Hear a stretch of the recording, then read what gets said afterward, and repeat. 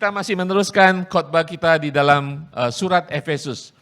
Saya ingin bertanya, berapa banyak saudara diberkati oleh firman Tuhan dari surat Efesus? Boleh lambaikan tangan saudara? Kalau tidak ada yang melambaikan, kita ulang lagi. Haleluya. Saya sendiri diberkati saudara oleh firman Tuhan dari surat Efesus ini. Ya. Kadang-kadang kita sudah terbiasa mengerti, oh iya Injil, Gospel, kabar baik. Tapi hari ini, bulan ini, kita menyimak kembali surat daripada kitab Efesus yang sungguh-sungguh mengajarkan kita arti yang murni tentang Gospel itu sendiri. Saya ingin jelaskan bagi saudara, merefresh pengertian saudara bahwa surat Efesus ditulis oleh Rasul Paulus ketika dia di penjara, dia berdoa, dia mengucap syukur. Disitulah dia mengatakan, aku menuliskan surat ini dari penjara. Dia tidak sedang menulis surat untuk ngomel-ngomel untuk jemaat di Efesus. Dia biasanya surat yang lain, dia ada masalah di jemaat ini, jemaat itu. Jadi yang ditampilkan gospelnya, tampilkan Injilnya sedang menangani masalah di sana. Jadi surat Efesus ini tidak ada masalah di jemaat Efesus. Jadi saudara bisa bayangkan, dari tempat dia merenung, tempat dia meditasi di penjara, bersama Tuhan dengan ucapan syukur, di akhir masa hidupnya dia pikir, dan bertemu dengan Tuhan, dia ingin memberikan sesuatu perkataan farewell kepada jemaat Efesus, jemaat yang didirikannya. Jadi saudara bisa bayangkan surat ini, kitab ini begitu indah menggambarkan tentang Injil Tuhan. Pasal 1, pasal 3 kita sudah selesaikan tentang doktrin. Kita sudah masuk ke pasal 4 sampai pasal 6 tentang bagaimana kita hidup. Minggu lalu kita berbicara tentang kesatuan itu mungkin. Berapa banyak saudara sudah melaksanakan firman Tuhan menciptakan kesatuan? Amin. Minimal dalam keluarga saudara. Di jemaat Tuhan, di dalam KG saudara. Bahwa kesatuan itu mungkin. Memang kesatuan itu mustahil saudara, tetapi di dalam Kristus yang sudah menyatukan kita dengan Tuhan, itu pasti terjadi. Amin. Kita belajar bagaimana kita harus membayar harga untuk sebuah kesatuan, karena Yesus sudah membayar harga yang paling utama, yang sudah menyatukan kita dengan Tuhan. Kita belajar bagaimana ada 5 hal harga yang harus kita bayar, tentang kesabaran kita, tentang kerendahan hati kita, tentang lemah lembut, tentang bagaimana menunjukkan kasih, bagaimana kita saling menolong. 5 hal ini tidak bisa kita lakukan dengan sendiri. 5 hal ini bukan secara alami kita lakukan. Kita tidak bisa keluar saja, oh saya mengasihimu, saya menolong kamu. Tidak saudara, harus ada usaha. Makanya Rasul Paulus mengatakan, usahakanlah aku menasehatimu, usahakanlah menciptakan kesatuan di dalam roh, di dalam damai sejahtera Tuhan. Amin. Itu hidup dalam kesatuan. Ya. Saya ingin ulang kembali kitab Efesus pasal 4, di mana terjadi peralihan dari doktrin menjadi apa yang harus kita lakukan berdasarkan doktrin. Dari apa yang kita mengerti tentang Injil keselamatan kita untuk kita lakukan sesuai dengan keyakinan kita.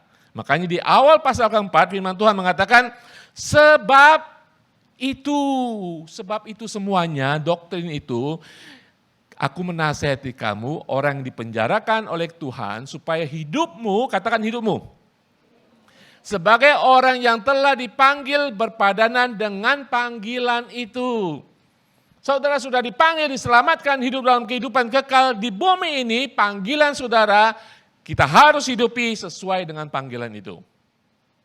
Itulah inti daripada pasal keempat dan seterusnya. Untuk kita mempraktekkan apa yang sudah menjadi identitas kita. Mempraktekkan apa yang sudah dijelaskan di pasal 1 sampai pasal 4. Amin. Haleluya. Ya, harga harus dibayar untuk kesatuan. Untuk pengertian kita tentang kesatuan dalam gereja Tuhan. Saya percaya itu akan terjadi di tempat ini. Semakin kita mengerti panggilan kita akan mendapatkan kesatuan. Tidak hanya di gereja, di Kingdom Group, tapi dalam keluarga saudara. Amin. Oh keluarga saya belum Kristen Pak, saya aja. Mulai dari sana saudara, mulai dari saudara yang mengerti tentang panggilan saudara. Saya percaya kesatuan akan terjadi. Amin. Bukan hal yang tidak mungkin, tetapi hal yang mungkin dimulai dari kita. Nah hari ini kita berbicara tentang hidup sebagai orang Kristen yang lain. Tadi yang pertama hidup untuk mencapai kesatuan. Kemudian sebenarnya ada satu bagian di pasal 4 ayat 17 sampai 32 tidak dibahas di sini, tapi akan dibahas nanti di dalam ibadah tengah minggu, ya hari Rabu ini. Jadi yang ini mendahului bagian pasal 4 bagian tengah, itu hidup di dalam kebenaran dan kekudusan. Ya, ada pasal-pasal soal pulang baca pasal 4 ayat 17 sampai 32, hidup dalam kebenaran dan kekudusan, dan akan dibahas di dalam ibadah tengah minggu. Itu berbicara saudara tentang bagaimana kita hidup kudus, tentang bagaimana berbicara tentang dusta. Dusta. Tidak sekedar kita mengatakan tiada dusta di antara kita lagi. Tapi kita harus mengatakan kebenaran. Berbicara tentang marah. Siapa yang suka marah-marah? Nggak ada sini. Hanya ya. Marah itu boleh, tapi marah harus marah benar. Jangan marah yang berdosa. Firman Tuhan mengatakan, apabila kamu marah, bukan tidak boleh marah apabila kamu marah. Jangan marah sampai berdosa. Panjang waktunya sehingga iblis masuk di sana. Kemudian kita bicara tentang mencuri. Siapa yang suka mencuri? Mencuri 10 sen, 20 sen. Mencuri waktu. Tetapi kita harus bekerja keras. Bukan hanya firman Tuhan mengatakan kita tidak mencuri, tetapi kita harus bekerja keras dengan tangan kita menjadi berkat bagi orang. Saudara, firman Tuhan tidak hanya sekedar tidak mencuri selesai. Tapi firman Tuhan ada motivasi yang lebih tinggi untuk kita lakukan. Bukan hanya tidak mencuri, tapi bekerja keras bahkan memberi. Nah kemudian berkata tentang perkataan kotor. Ada yang kita bahas hari ini. Kemudian berbicara tentang dendam. Manusia baru tidak lagi dendam, tapi memiliki kebaikan dan pengampunan. Pasal 4 bagian kedua, saya kasih sedikit gambaran. Itu berbicara tentang bagaimana kita melepaskan, menanggalkan manusia lama dan memakai manusia baru. Katakan melepaskan. Memakai manusia baru. Itu adalah sesuatu yang harus kita lakukan sehingga kita akan mengalami kebangunan rohani setiap hari. Setiap hari. Dan kebangunan rohani dimulai dari saya. Judul firman Tuhan hari ini adalah kebangunan rohani dimulai dari saya. Amin. Saudara ingin menunjuk orang lain? Kamu harus rohani, harus dibangun. Ikut KKR. Selesai sudah menunjuk-nunjuk, kita harus mengurusi diri sendiri. Betul? Saudara, ada seorang hamba Tuhan John Maxwell mengatakan, banyak orang ingin mengurusi manusia lain, mengurusi dunia kehidupan orang lain agar mereka berubah, lebih baik, lebih bertumbuh. Dia katakan, satu-satunya dunia harus dia rubah, dia urusi adalah dunianya sendiri. Kebangkitan rohani harus dimulai dari kita. Ya, di Indonesia sudah pernah mendengar lelucon, jangan ngurusin orang lain. Belum tentu orangnya mau kurus. Betul? Iya kan? Kita dulu harus kurus badan, ngurusi diri sendiri. Ya, itu dia. Hari ini kebangkitan rohani dimulai dari kita sendiri. Ada amin? Yang kurang kurus jangan tersinggung ya. Mulai hari ini tidak ada yang ngurusin saudara. Saudara harus menguruskan badan sendiri, alias urus diri sendiri. Haleluya saudara, kita mulai. Efesus 5 ayat 1 mengatakan, sebab itu, kalau saudara baca firman Tuhan ada sebab itu, oleh karena itu berarti ada suatu peralihan topik. Terutama tulisan Rasul Paulus. Dikatakan sebab itu jadilah apa? Penurut-penurut Allah seperti anak-anak kekasih. Ini sangat dalam sekali. Kalau terjemahan lain mengatakan, kalian adalah anak-anak Allah yang dikasihinya.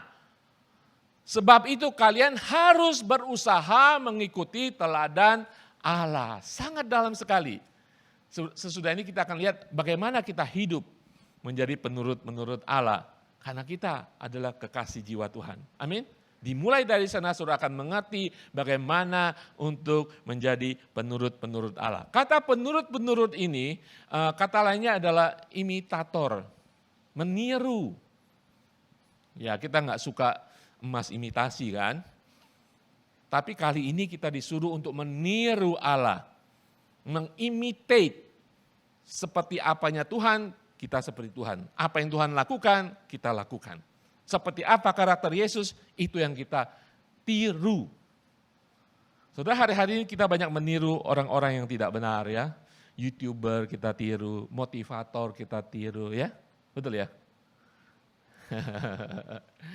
Firman Tuhan mengatakan, jadilah penurut Allah. Jadilah peniru Allah. Sebab apa? Sebab kita adalah kekasih-kekasih Allah. Kita yang sudah dikasihi. Amin, katakan bahwa engkau ini sudah dikasih Tuhan. Haleluya. Kalau anak-anak saudara tumbuh dewasa, dia ada istilah mengatakan apa? Buah apel jatuhnya nggak jauh daripada pohonnya kan? Ya sama itu. Kalau sebab saudara ada kekasih jiwa anak Allah, harusnya saudara berbuah roh. Amin. Itulah yang diinginkan Tuhan. Nah, hari ini kita berbicara tentang bagaimana kebangunan rohani harus dari kita.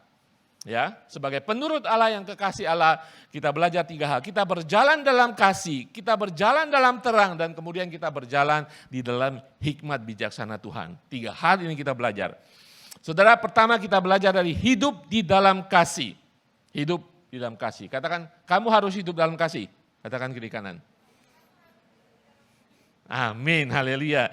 Dan kita harus berusaha mengikuti teladan Allah yang penuh kasih. Di dalam 1 Korintus 16-14 mengatakan, lakukan segala sesuatu di dalam kasih, segala sesuatu. Kalau saudara katakan firman Tuhan bagi orang di luar, saudara akan diketawakan. Kan? Apa-apa kamu mengasihi, kamu memberi dengan kasih, kamu mengampuni dengan kasih, nanti kamu diinjak-injak. Kan? Gitu? Orang luar akan mengatakan, dia sudah jahat kepada kamu. Dia musuh kamu, termasuk musuh bebuyutan lagi. Bagaimana mungkin kamu mengasihinya? Nanti kamu dianggap apa?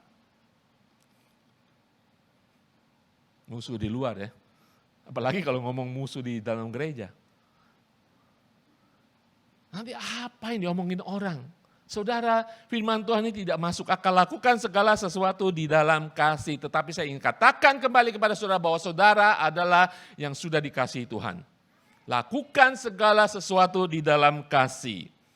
Saudara tahu bahwa orang Efesus ketika Rasul Paulus menulis surat Efesus, orang Efesus itu saya sudah jelaskan seperti orang di Hong Kong. Ya. Dan penyembah berhala, bukan orang Yahudi. Kalau saudara baca Alkitab seakan-akan semua Yesus berkata berhubungan dengan orang Yahudi, umat Ibrani, umat Yahudi. Kali ini Efesus itu jemaatnya bukan orang Yahudi. Ada orang Yahudi tapi tidak banyak, karena itu kota besar, banyakkan orang bukan orang Yahudi. Dan mereka, latar belakang mereka adalah penyembah berhala. Ada dewa yang sangat terkenal, dewa Artemis. Itu mereka, ada kuil yang sangat besar di sana sebagai pusat penyembahan mereka. Dan kemudian mereka menjadi orang percaya, membawa, sudah tahu lah ya, kita orang Indonesia kadang-kadang menjadi orang percaya sekalipun, kita membawa budaya kita. Ya kan? Gitu? Mitos kita, hal-hal yang dari nenek moyang kita. Saya masih ingat mama saya udah jadi Kristen udah lama puluhan tahun. Saya nggak boleh berdiri di ambang pintu. Saya nggak tahu kenapa, mungkin ambang pintunya boroboh, tapi nggak boleh. Hal-hal seperti itu di jemaat Efesus itu yang ditakuti, yang dikhawatirkan oleh Rasul Paulus. Dan kemudian jemaat Efesus itu adalah orang-orang Kristen yang belum dewasa. Makanya Rasul Paulus mengatakan, hiduplah untuk saling mengasihi. Ya, sekali lagi, mengasihi itu tidak gampang. Betul? Ya, saudara mengasihi itu gampang. Tidak gampang saudara, tetapi saya ingin katakan, kita bisa mengasihi karena Yesus telah mengasihi kita. Yesus adalah teladan kasih kita. Saudara tidak akan menemukan di luar. Sehebat, sebaik orang tertentu, dia tidak pernah menggambarkan kasih yang sempurna. Karena manusia masih punya motifnya, tujuannya mengasihi. Ya kan? Tapi Yesus tujuannya, motifnya adalah menyelamatkan kita. Firman Tuhan mengatakan tidak ada kasih seperti seorang kawan yang mengorbankan hidupnya. memberikan nyawanya, itu adalah Yesus. Amin. Jadi kita harus mengasihi dengan mengikuti teladan daripada Tuhan kita. Efesus 5 ayat 2 kemudian mengatakan, dan hiduplah di dalam kasih. Kata sebagaimana? Sebagaimana Kristus Yesus juga telah mengasihi kamu dan telah menyerahkan dirinya untuk kita sebagai persembahan dan korban yang harum bagi Allah. Katakan, saudara harus lihat ketika baca firman Tuhan ada kata sebagaimana. Bukan kita mengasihi menurut ajaran agamawi, bukan menurut ajaran orang-orang pintar, bukan menurut ajaran motivator-motivator, tetapi kita mengasihi dan harus hidup dan berjalan dalam kasih itu sebagaimana, serupa, secara cermat seperti apa yang Yesus lakukan. Yesus sudah mengasihi kita, Yesus dikatakan telah menyerahkan dirinya bagi kita. Itulah kasih yang berkorban. Saya simpan kata berkorban supaya saudara mengerti sekarang bahwa kasih orang percaya adalah kasih yang berkorban. Tanpa pengertian kasih yang berkorban, saudara kita, bahkan untuk saudara kandung sendiri kadang-kadang kita tidak mengasihi. Apalagi musuh. Kasih yang berkorban yang sudah dilakukan oleh Tuhan Yesus. Sebagaimana seperti halnya apa yang sudah dilakukan Yesus. Motivasi daripada apa yang dilakukan Yesus adalah memuliakan nama Allah Bapa. Dia melakukannya, memang menyelamatkan kita. Tetapi motivasinya mentaati Allah Bapa, mengharumkan nama Bapa, dan mendatangkan dupa yang harum di hadapan Bapa. Itu adalah kasih yang bisa kita lakukan, yaitu kasih yang berkorban. Tanpa itu kita tidak bisa. Tanpa itu kita tidak bisa. Amin. Di dalam Roma 5:8 mengatakan, akan tetapi Allah menunjukkan kasih-Nya kepada kita dan oleh karena Kristus telah mati untuk kita ketika kita masih berdosa. Itulah contoh yang Tuhan Yesus lakukan. Ketika teman kita masih jahat kepada kita, kita melakukan kasih itu. Sama nggak dengan Tuhan Yesus? Sama kan? Ketika kita masih berdosa saudara, Tuhan datang menyelamatkan kita. Ketika teman kita mungkin masih membenci kita mengasihi mereka. Kita mendoakan mereka. Kita berbuat baik kepada mereka. Kita lemah lembut terhadap mereka. Kita menunjukkan kasih kita kepada mereka. Kita sabar terhadap mereka ketika mereka masih jahat kepada kita. Itu yang kita harus lakukan sebagaimana Yesus mengasihi kita. Gampang gak saudara? Ya, mustahil Pak. Iya mustahil. Contoh Tuhan Yesus saudara akan bisa. Jangan pernah ngomong bagi Tuhan tiada yang mustahil. Suruh mengasihi, mustahil Pak. Gitu? Bagi Tuhan tak ada yang mustahil. Kasih saudaramu, kasih musuhmu. Yesus ngomong yang sama. Firman Tuhan mengatakan, bagi Tuhan tidak ada yang mustahil. Tuhan juga mengatakan, kasihilah musuh-musuhmu. Saudara percaya yang mana? Percaya diri saudara, mustahil. Percaya Allah, semua bisa dilakukan. Tidak ada yang mustahil. Amin. Haleluya. Saudara, mengasihi seperti Yesus adalah mengasihi dengan berkorban. Amin. Katakan kiri kanan, I love you. Sungguh-sungguh nggak saudara? Dengan kasih Yesus saudara. Sekarang kita sudah mengatakan, I love hiking. I love McDonald. Nggak jelas. Artinya apa saudara katakan I love you kepada teman seiman saudara? Sama dengan McDonald, apakah saudara melihat mukanya seperti burger? Kata love, kata kasih itu hampir nggak ada artinya kembali. Kadang-kadang kita mengasihi, I love you, aku suka kamu, saya senang dengan kamu. Tapi ada motivasinya.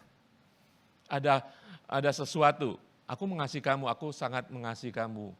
Tapi kamu harus lakukan sesuatu buat saya. Itu kasih dunia saudara, sudah di diskon artinya, di reduce arti pengertian daripada kasih. Sehingga saudara mengatakan kasih kepada Bapa aku mengasihimu, sama dengan aku mengasihi McDonald, aku suka dengan McDonald. Nggak jelas lagi. Bapa sudah mengasihi saudara, mulai dari situ. Saudara akan mengasihi Bapa dengan sesungguh hati saudara. Segenap hidup saudara, segenap pengertian saudara. Dan kemudian saudara bisa mengasihi saudara-saudara. Hiduplah di dalam kasih sebagaimana Yesus telah mengasihi kita. Ada amin yang besar? Amin. Haleluya. Saya percaya kalau saudara memandang Yesus, apapun bisa saudara lakukan. Tidak ada yang bisa menghalangi saudara. Amin. Haleluya. Kalau kita hidup dalam kasih, kita harus mengasihi dengan murni. Ada yang tidak murni, Pak? Ada. Saya katakan kasih seperti tadi. Kasih dunia itu tidak murni. Dan Rasul Paulus menjelaskan di ayat ketiga selanjutnya. Dia katakan, hiduplah dalam kasih sebagaimana Yesus mengasihi. Kemudian mengatakan, jangan seperti ini. Oke? Ayat 3 mengatakan, Efesus 5 ayat 3 mengatakan, tetapi percabulan dan rupa-rupa pencemaran atau keserakaan disebut saja pun jangan di antara kamu. Sebagaimana sepatutnya bagi orang-orang kudus. Nah, yang kedua, demikian juga perkataan kotor yang kosong atau yang sembrono, karena hal-hal ini tidak pantas, tetapi sebaliknya ucapkan syukur. Karena ingatlah baik ini baik-baik, tidak ada orang sundal, orang cemar, orang yang serakah, artinya penyembah berhala yang mendapat bagian dalam kerajaan Kristus dan Allah. Ingat ini bagi orang Efesus ya. Janganlah kamu disesatkan orang dengan kata-kata hampa, karena hal-hal yang demikian mendatangkan murka Allah atas orang-orang durhaka. Sebab itu janganlah kamu berkawan dengan mereka. Saudara, kasih hari-hari ini sudah tidak murni. Kasih yang bersifat imoralitas, keserakaan, kasih yang bersyarat, kasih karena saya berhak sesuatu. Itu bukan kasih yang murni, saudara. Kasih yang murni adalah kasih sebagaimana Allah mengasihi kita. Mari kita boleh mengasihi satu sama lain. Amin. Kasih, tapi ada perkataan kotor dalam kehidupan kita. Perkataan kotor itu apa, saudara? Yang tidak membangun, yang menghancurkan seseorang. Perkataan kotor yang menghancurkan seseorang, ya gosip lah, membicara orang dari belakang, saudara tidak punya kasih di sana. Jangan lihat kiri kanan, saudara. Nggak ada di sini. Perkataan kotor yang kosong dan sembrono. Perkataan kita harus bisa menyembuhkan. Perkataan kita harus membalikan orang kepada Tuhan. Walaupun orang itu menyakiti kita. Itu perkataan dengan kasih yang murni. Amin. Ada Amsal tidak ada di atas. Amsal 12:18 mengatakan, ada orang yang lancang mulutnya seperti tikaman pedang, tetapi lidah orang bijak mendatangkan kesembuhan. Lidah yang sama bisa potong mati orang punya karakter, lidah yang sama bisa menjadi pisau kecil membedah seseorang supaya tumor-tumor dibuang. Kejelekan-kejelekan dibuang dengan perkataan lidah yang sama. Amin. Demikian juga perkataan kotor, kosong, dan sembrono, tidak pantas, dan sebaliknya ucapkan syukur. Amin. Apapun keadaan saudara, sekalipun saudara dihina, dicemooh, ucapkan syukur. Haleluya. Saudara, Paulus memperingati kita untuk berjalan di dalam kasih.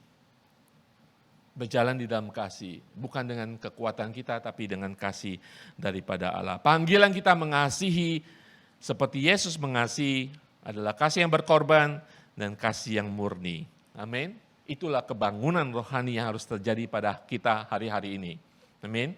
Kalau ada imoralitas, keserakan dalam kehidupan kita, ada perkataan kotor, penyembahan berhala mungkin kita tidak ke kelenteng lagi, kita tidak menyembah patung-patung lagi, mungkin itu. Tapi penyembahan berhala banyak sekali, saudara, karena penyembahan berhala itu berbicara tentang kita. Ada orang bersolek, ya, operasi sana, operasi sini, itu penyembahan berhala kepada diri sendiri. Orang seperti itu biasanya tidak merasakan kasih Tuhan. Tidak merasakan kasih Tuhan. Kalau dia mengasihi Tuhan, dia merasakan kasih Tuhan, apa yang ada dalam hidupnya adalah anugerah. Apa yang ada dalam hidupnya, dia mengucap syukur. Kalau dia merasakan kasih. Dan dari situ, kasihnya akan murni keluar. Amin. Haleluya. Itu adalah hidup di dalam kasih. Motivasinya adalah kita sebagai manusia baru untuk kita lakukan sebagai persembahan dan korban yang harum bagi Bapa di surga. Tidak hanya kita hidup dalam kasih, hal yang kedua Paulus ingin kita hidup di dalam terang. Katakan kiri kanan, terang. Ya, siapa yang nggak suka terang? Siapa yang suka gelap? Nggak ada yang suka gelap ya. Tersandung, nggak jelas, menimbulkan rasa takut. Ya, apa artinya terang? Yesus tidak hanya dia adalah kasih, tetapi Yesus adalah terang. Amin. Yohanes 8:12 mengatakan, maka Yesus berkata pula kepada orang banyak, katanya, akulah apa? Terang dunia, barang siapa mengikuti aku, ia tidak akan berjalan dalam kegelapan, melainkan ia akan mempunyai, berjalan bersama Yesus, di dalam Yesus yang ada terang, saudara akan mencerminkan terang, yes pasti, tetapi saudara akan mempunyai terang hidup. Mempunyai, memiliki, saudara akan menjadi sumber terang itu sendiri. Karena saudara sudah ada Yesus dalam kehidupan saudara. Nah, sekarang Rasul Paulus mengingatkan kita hiduplah dalam terang. Di dalam Efesus 5, kita lanjutkan bacaan kita hari Efesus 5, 8, 10 mengatakan, memang dahulu kamu adalah kegelapan. Bukan maksudnya orang gelap gitu ya. Dulu kita semuanya adalah hidup dalam kegelapan. Kita jauh gelap, jauh daripada terang. Kemudian Yesus membawa kita mendekat kepada tata Allah. Bahkan menjadi anaknya. Kita mendekat kepada terang. Kita menjadi anak terang. Memang dahulu kamu adalah kegelapan, tetapi sekarang kamu adalah terang di dalam Tuhan. Sebab itu hiduplah sebagai anak-anak terang. Karena terang hanya berbuahkan apa? Kebaikan, keadilan, kebenaran, dan ujilah apa yang berkenan kepada Tuhan. Hiduplah sebagai anak-anak terang. Saudara harus mengerti, kita harus mengerti, memang kehidupan kita tidak gampang, kehidupan pelayanan, kehidupan sebagai orang percaya, kehidupan keluarga, kehidupan bergereja tidak gampang saudara. Tetapi identitas saudara adalah anak-anak terang. Yes, Rasul Paulus mengajarkan kita, hiduplah sebagaimana kamu adalah anak-anak terang. Hiduplah bersinar di sekeliling kita sebagaimana Yesus sudah menjadi terang bagi kita semuanya. Sehingga kita bisa menghasilkan buah terang itu, yaitu kebaikan, kebajikan, dan keadilan. Kebenaran. Buah-buah roh itu akan tumbuh dalam kehidupan kita. Dan semuanya itu akan memuliakan Tuhan sekali lagi. Hasil daripada hidup senantiasa dalam terang, dalam Kristus adalah buah yang menyenangkan hati Tuhan. Saudara, hidup terang bukan untuk menjadi, supaya orang menjadi silau, orang menjadi melihat kita, oh saya pelayanan, saya worship leader, saya ngomong satu katanya sudah ada hadirat Tuhan. Bukan itu yang kita ingin tampilkan. Tidak hanya itu, tetapi dalam kehidupan kita harus menjadi terang. Betul? Dalam setiap perkataan, perbuatan kita. Paulus ingin mengatakan, hey, jemaat Efesus, untuk menjadi kudus bukan hanya seminggu sekali dalam gereja. Menjadi terang itu di luar. Menjadi orang Kristen, hidup dalam iman kekristenan bukan berarti hanya kesucian pada hari Minggu 2 jam toh. Dia ingin mengatakan kepada jemaat Efesus yang jemaat baru, bekas orang menyembah berhala, hei kamu juga harus keluar menjadi terang. Menjadi terang, hidup sebagai anak-anak terang. Dia ingin mengatakan dulu kamu menyembah berhala, menyembah iblis. Sekarang kamu sudah menjadi terang, hiduplah menjadi terang bagi Tuhan. Sehingga kebenaran Tuhan, kebenaran Injil Tuhan akan bersinar. Amin. Kemudian memberikan nasihatnya. Sebagai terang dunia kita harus mengungkapkan kegelapan. Ayat 11, ayat berikutnya mengatakan, janganlah turut mengambil bagian dalam perbuatan-perbuatan kegelapan. Hidup kita yang lama, manusia lama. Yang tidak berbuahkan apa-apa, tetapi sebaliknya telanjangilah perbuatan-perbuatan itu. Kamu sudah menjadi terang. Kemanapun kamu pergi adalah terang. Sebab menyebut saja pun apa yang dibuat oleh mereka di tempat-tempat tersembunyi telah memalukan. Tetapi segala sesuatu yang sudah ditelanjangi oleh terang itu menjadi nampak sebab semua yang nampak adalah terang. Itulah sebabnya dikatakan, dia kutip dari firman Tuhan lain. Bangunlah hai kamu yang tidur dan bangkitlah dari antara orang mati dan Kristus akan bercahaya atas kamu. Dengarkan sekali lagi, bangunlah hai kamu yang tidur dan bangkitlah dari antara orang mati dan Kristus akan bercahaya atas kamu. Saya tahu waktu kita cinta mula-mula, orang bisa merasakan, ya kan? Sinar saudara di mana-mana. Tidak ada kemunafikan, karena saudara sungguh-sungguh bersinar saudara. Bukan saudara munafik dan menunjukkan sesuatu, karena saudara memang diubahkan. Tapi lambat laun itu sinarnya redup 5 watt, kadang nyala, kadang ada masalah. Tidak saudara, identitas kita yang menentukan saudara untuk terang atau tidak terang. Bukan masalah, bukan manusia, bukan dunia, bukan gereja. Paulus ingin mengatakan, kamu jemaat Efesus, dulu kamu gelap, bukan gelap lagi, kamu itu iblis sebenarnya. Anak-anak durhaka. Sudah menjadi terang, hiduplah di sana. Saudara, saya percaya ketika saudara hidup dalam kasih, hidup dalam terang, ada kebangkitan rohani dalam kehidupan saudara. Kebangkitan rohani pribadi, kebangkitan dimulai dari saya, saudara, kita semuanya secara pribadi. Amin. Mari kita terangi segala kegelapan. Amin. Di dalam, tadi saya katakan, firman Tuhan mengatakan 14:14 mengatakan, bangunlah hai kamu yang tertidur. Berarti ada yang tertidur. Iya Pak, kurang bercahaya Pak. Kalau bahasa modern, hey cas lagi. Kalau sudah 5% kan HP-nya redup kan? Ya mungkin seperti itu, cas lagi saudara, cas lagi dengan Tuhan. Mungkin 6% akan nyala lagi, sedikit terang kan? 6%. Terang sampai 100%. Amin. Cas lagi, jangan tidur, jangan mati karena Yesus sudah percaya dalam kehidupan saudara. Amin. Untuk kita hidup di dalam kasih, untuk kita hidup di dalam terang, saudara, yang ketiga kita perlu hidup dalam hikmat. Hidup dalam hikmat. Di dalam Efesus 5, 15-17, lanjutan. Jadi firman Tuhan ini adalah membahas firman Tuhan dari Efesus ya. Jadi ayat 15-17 mengatakan, karena itu, sekali lagi karena itu.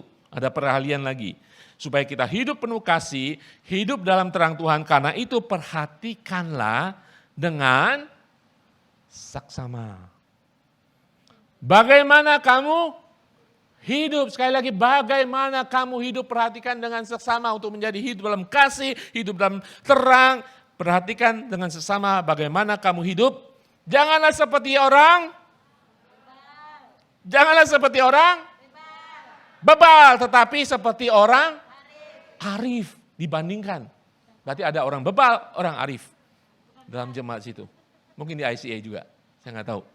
Oke, ayat 16 mengatakan, dan pergunakan waktu yang ada karena hari-hari ini adalah jahat. Hari-hari waktu itu jahat, hari-hari sekarang lebih jahat lagi. Firman Tuhan mengatakan, hari-hari akan semakin jahat. Pergunakan waktu. Sebab itu janganlah kamu bodoh. Dulu kamu bodoh. Kita sudah menjadi anak terang. Sebab itu janganlah kamu bodoh, tetapi usahakanlah supaya kamu mengerti kehendak Tuhan. Kalau saya ingin bertanya kepada saudara, hikmat bijaksana itu apa sih? Saudara punya 100 jawaban. Setiap orang punya puluhan jawaban. Saya selalu mengerti kalau orang punya hikmat itu, orang yang bisa membedakan antara yang baik dan yang jelek. Ya, yang baik dan yang jahat. Memang itu hikmat, tapi kali ini hikmat Tuhan membawa kita pada level yang lebih tinggi lagi. Hikmat Tuhan adalah sesuatu bagi hidup kita, karakter kita yang bisa mengerti kehendak dan rencana Tuhan dalam kehidupan kita. Kalau saudara mengerti itu, masalah apapun saudara akan menanggapi dengan hikmat. Kalau saudara mengerti rencana Tuhan bagi saudara yang adalah baik dan mulia, saudara orang menipu saudara. Saudara diomongin dari belakang, saudara akan memiliki hikmat. Karena saudara tidak konsentrasi dengan orang itu, saudara. Saudara konsentrasi dengan rencana dan indahnya berkat Tuhan dalam kehidupan kita. Amin. Itu adalah hikmat ilahi yang diajarkan, diinginkan oleh Rasul Paulus untuk kita miliki. Perhatikan dengan seksama bagaimana kamu hidup. Janganlah seperti orang bebal itu apa sih saudara? Bukan hanya bodoh, tetapi dibilangin nggak bisa. Kepala batu. Bukan dia bodoh amat, tetapi nggak bisa dibilangin. Kenapa saudara? Fokusnya bukan kepada rencana Tuhan. Kalau saudara fokus kepada rencana Tuhan, apapun kehidupan saudara tidak pernah khawatir lagi. Saudara akan menjadi orang yang taat, orang yang berserah kepada Tuhan. Orang yang tidak tahu rencana Tuhan, dia berserah kepada rencana sendiri. Yang dia taati hanya kehendaknya. Desire hidupnya, kehendak hidupnya.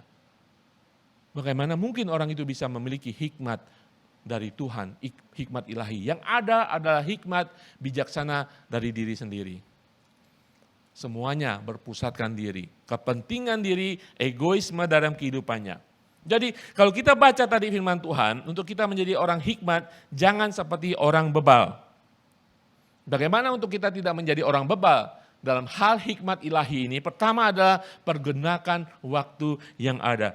Waktu ini kita pernah bahas waktu itu. Waktu ini berbicara tentang kesempatan. Kesempatan, opportunity. Bukan opor ya, opportunity. Yang sudah lapar, opor Pak, opor.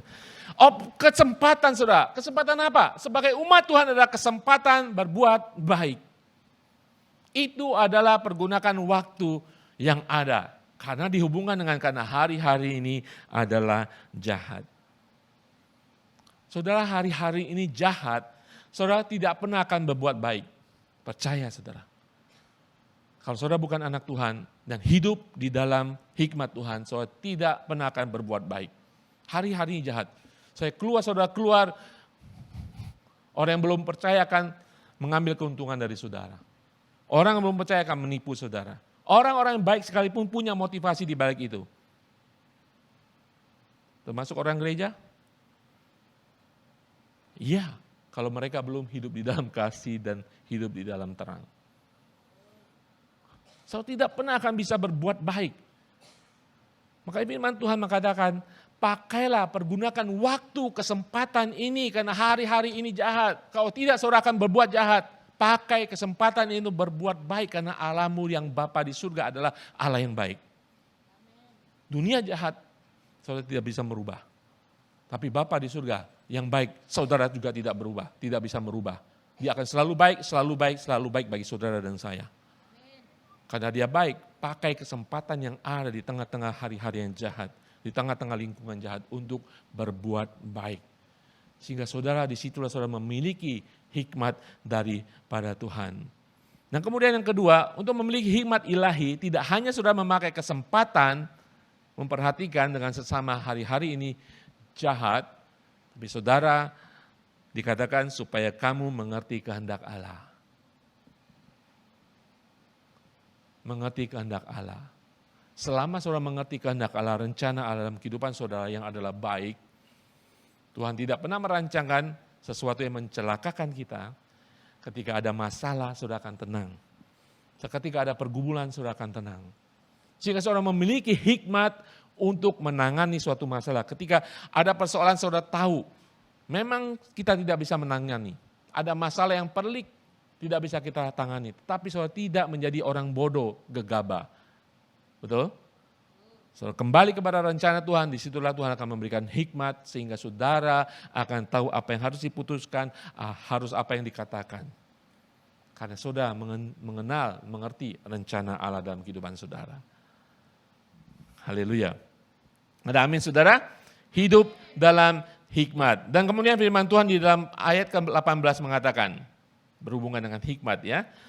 Hidup dalam hikmat, kemudian bagaimana kita dalam kehidupan kita untuk hidup dalam kasih, dalam terang, dan dalam hikmat ini.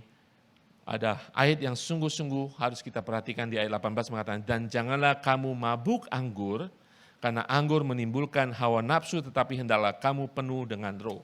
Jangan mengikuti dunia, jangan mengikuti ilah-ilah dunia, jangan mengikuti nilai-nilai dunia, budaya dunia, tetapi hendaklah kamu penuh dengan roh. Amin.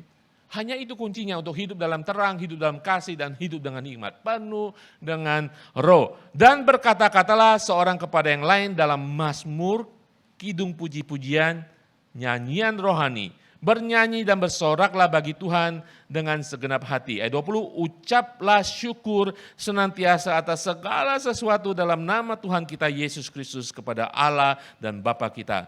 Dan rendahkanlah dirimu seorang kepada yang lain di dalam takut akan Tuhan. Haleluya. Satu-satunya saudara, Allah yang menyatukan kita. Sumber kesatuan kita adalah Allah Roh Kudus.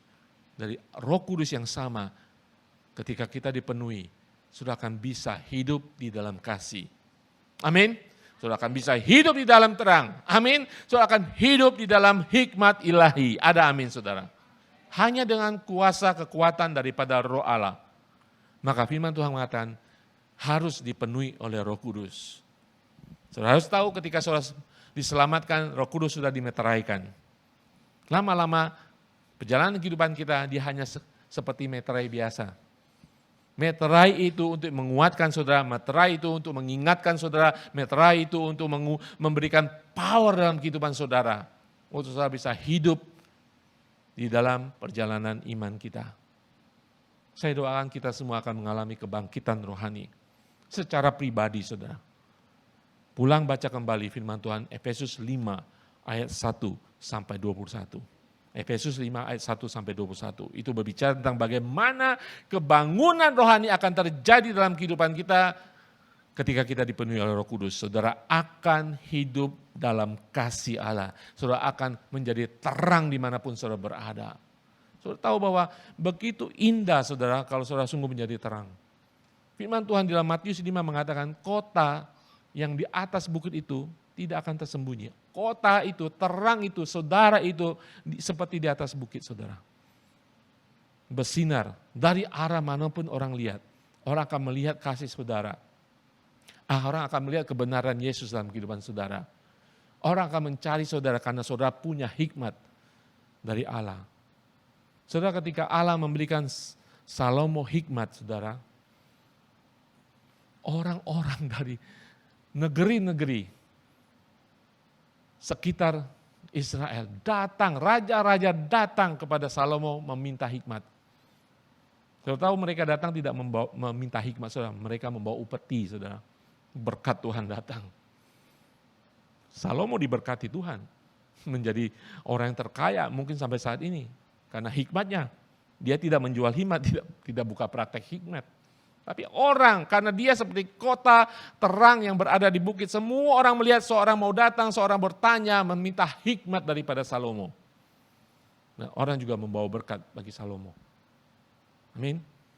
Saya percaya ketika kebangunan rohani di 3 hal dalam kehidupan kita, saudara akan menjadi berkat. Menjadi berkat bagi banyak orang. Amin. Tidak hanya kesatuan dalam gereja, kesatuan dalam kingdom group, kesatuan dalam umat Tuhan, lebih terasa, tetapi saudara kan kita bicara tentang pribadi, kebangkitan rohani dimulai dari saya. Nah, akan terjadi kebangkitan rohani dalam kingdom group, dalam gereja kita. Amin. Tapi dimulai dari saya, dari kita semuanya. Amin. Saudara ingin menuruti firman Tuhan? Amin. Agar kita sungguh-sungguh diubahkan. Kalau saudara hari ini kurang kasih ilahi, firman Tuhan mengatakan kasih Yesus tidak berkesudahan. Kalau saudara merasa sudah redup, tidak menjadi terang, Yesus bukan memiliki terang, Yesus adalah terang itu sendiri. Mendekat kepada dia, saudara akan menerima residu terang itu dan saudara akan menjadi terang. Saudara kurang hikmat, Allah adalah hikmat bagi kita semuanya. Saudara akan menerima, dari firman-Nya saudara akan menerima hikmat itu. Dari Roh Kudus akan berbicara hikmat kepada saudara. Saudara keputusan, penderitaan, tantangan, saudara akan tetap menjadi orang yang penuh kasih, orang yang penuh hikmat, dan selalu menjadi terang kebenaran Tuhan. Amin. Haleluya. Mari kita bangkit berdiri.